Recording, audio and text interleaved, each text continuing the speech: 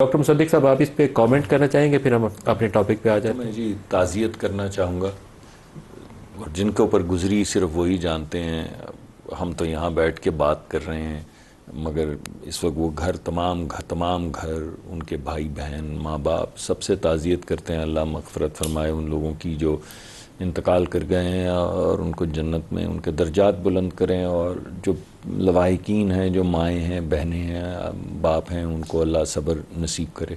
آپ نے بات تو ٹھیک کی سر، یہ زوننگ کی بات ہے، اور ہمارے ہاں انفورسمنٹ جو ہے اس کا بہت سے مسائل ہیں، اور یہ زوننگ اور کنسٹرکشن مٹیریلز اور کنسٹرکشن کوالٹی جو ہے یہ مسائل ہیں۔ اسکول تو خیر اور یہ ہسپتال تو بہت بڑی چیز ہے، مگر یہ گھروں میں بھی نہیں ہونے چاہیے، تو بالکل انفورسمنٹ کی ضرورت ہے۔ آپ نے ہر بات جو کی ہے میں اس کی تائید کرتا ہوں۔ ہمایوں صاحب آپ کامنٹ کرنا چاہیں گے؟ بسم اللہ الرحمن الرحیم، یا کا نعبد و یا کا نستعین۔ دیکھیں یہ واقعی بہت افسوسناک واقعہ ہے، اور خاص طور پہ ان فیملیز کے لیے جس میں یہ اموات ہوئی ہے، تو اٹس ویری سیڈ، اور جتنا بھی ان کے ساتھ انسان کھڑا ہو وہ یا تعزیت کرے وہ کم ہے، لیکن سر ایک دفعہ ہمیں رک کر دیکھنا پڑے گا کہ ہم کہاں غلط ہیں۔ دیکھیں یہ جو چیزیں کبھی ادھر خراب ہو رہی ہے کبھی ادھر خراب ہو رہی ہے، اس کے پیچھے، اور یہ پاکستان میں ایک شہر نہیں ہے، لاہور نہیں ہے، کراچی میں بھی ہوتا ہے، کے پی میں بھی ہر جگہ پہ ہوتا ہے، اور اس کی بیسک وجہ یہ ہم سب بیچ میں انوالوڈ ہیں۔ ہم لوگ ہر جگہ پہ کسی جگہ پہ رولز ریگولیشن نہیں ہے، جو پاورفل لوگ ہیں وہ ریور بیڈ پہ بھی اپنی چیزیں بنا جاتے ہیں اور اس کو ریگولرائز بھی کر جاتے ہیں، اور کوئی سوال بھی نہیں اٹھائے گا، اور کیا کچھ ہوگا، اور اس طرح کی چیزوں میں بھی یہی ہوگا۔ یہ بھی اسی طرح کی ایک کڑی ہے، وہاں پہ بھی چیز غلط ہوئی، یہاں پہ بھی چیز غلط ہوئی ہے، اس کا میگنم بہت بڑا ہے، اس کا میگنم بہت چھوٹا ہے، لیکن ہے غلط۔ اور اس کی وجہ کیا ہے؟ نمبر 1 دیر از نو میرٹ، نمبر 2 دیر از نو سسٹم، نمبر 3 سفارش اور رشوت۔ یہ 4-5 ایسی چیزیں جو پاکستان کی پوری سوسائٹی کے اندر سریت کر گئی ہیں۔ میں جب اپنا کام کرنے کے لیے کہیں جاؤں گا، میں سفارش بھی لڑاؤں گا، میں اپنی رشوت بھی دوں گا، میں سارے کروں، اور میں اپنے کام کروانے کی کوشش کروں گا، جس کو ملک ریاض نے کہا تھا پہیے لگوانا۔ اور کیا وہ غلط ہے؟ نہیں، وہ غلط نہیں ہے، وہ صحیح ہے۔ یہ وہ پرابلم ہے جس کے یہ سائن اور سمٹمز ہیں۔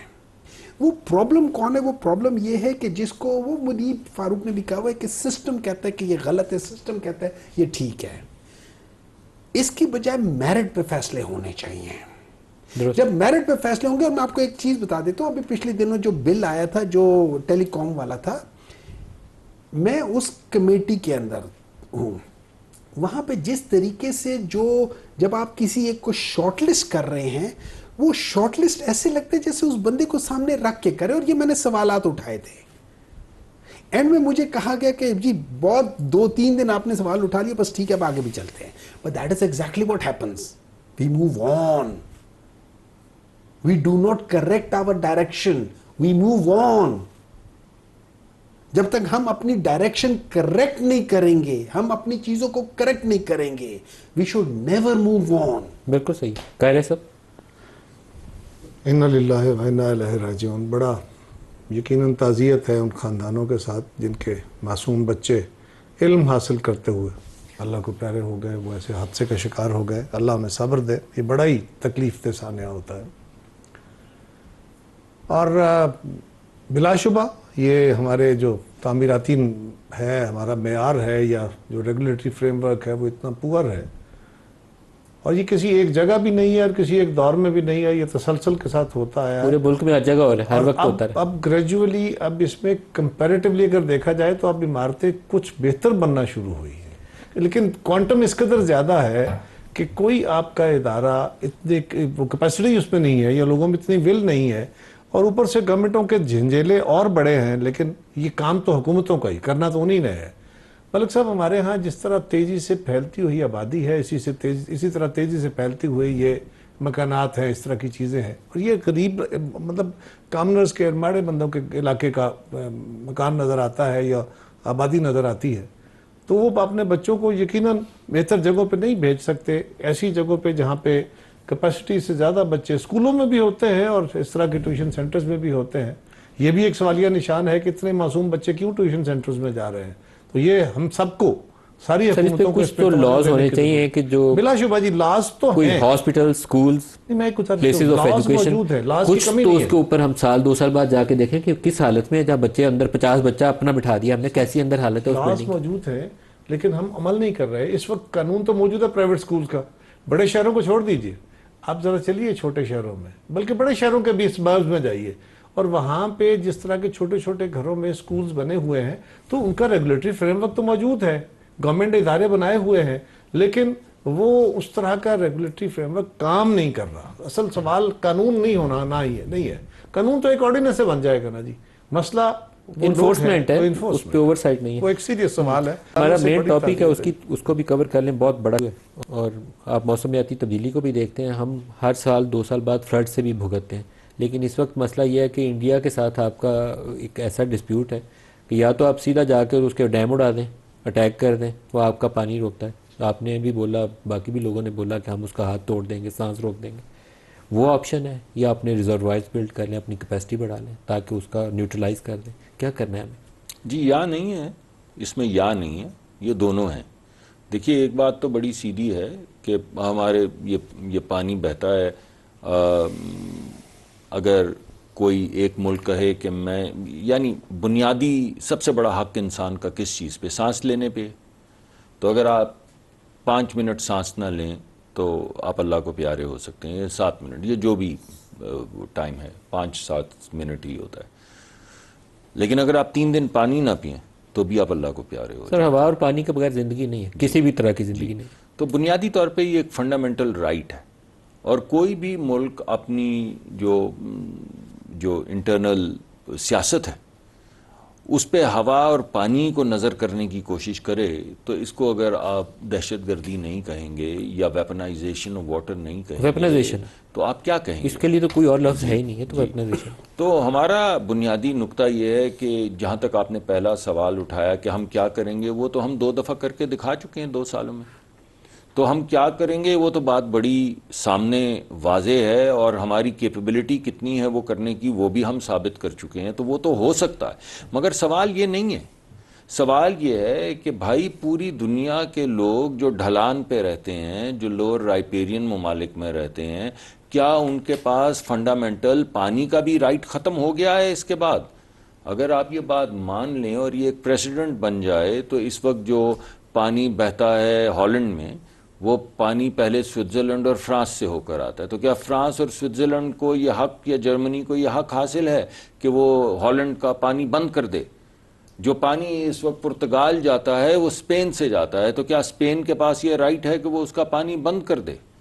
یا وہ پانی جو نیل کا دریا جس کا ہم سنتے ہیں ذکر کرتے ہیں, وہ کانٹیننٹس کے اکراس جاتا ہے, تو وہ ایتھیوپیا یا جہاں سے وہ شروع ہوتا ہے, کیا اس کے پاس یہ حق ہے کہ وہ پانی اس کا روک دے باقی تمام ممالک کا, پورے جو ہمارے کانٹیننٹس ہیں ان کا پانی روک دے؟ اور سب سے بڑی اہم بات یہ ہے کہ ہر اپر رائپیرین کنٹری جو ہے وہ لوور رائپیرین ہے ٹو سم ادر کنٹری. تو جو یہ گیدڑ بھپکیاں دے رہے ہیں ہندوتوا کے بھوت کے بعد, انہیں یہ سوچنا چاہیے کہ ان کا پانی کہاں سے آ رہا ہے, اور اگر ان کا پانی روک دیا جائے, یعنی ہم ان چیزوں کو کسی ڈرانے کے اس میں منظرنامے میں پیش نہیں کرتے ہیں. ہمیں کیا مسئلہ ہے؟ غریب لوگ اگر ہم کیوں برباد کرنا چاہیں گے بھارت کے غریب لوگوں کو؟ وہاں غریب کسان رہتے ہیں, وہاں کے لوگ اپنے ماں باپ کی خدمت کرنا چاہتے ہیں, وہاں کے لوگ اپنے بچوں کو پڑھانا چاہتے ہیں, وہاں بھی غریب کسان ہیں. ہم کیوں چاہیں گے بربادی؟ ہم نے کرنا کیا ہے سر؟ ہم نے ڈیم بنانے, ریزروائرز بنانے. دو باتیں.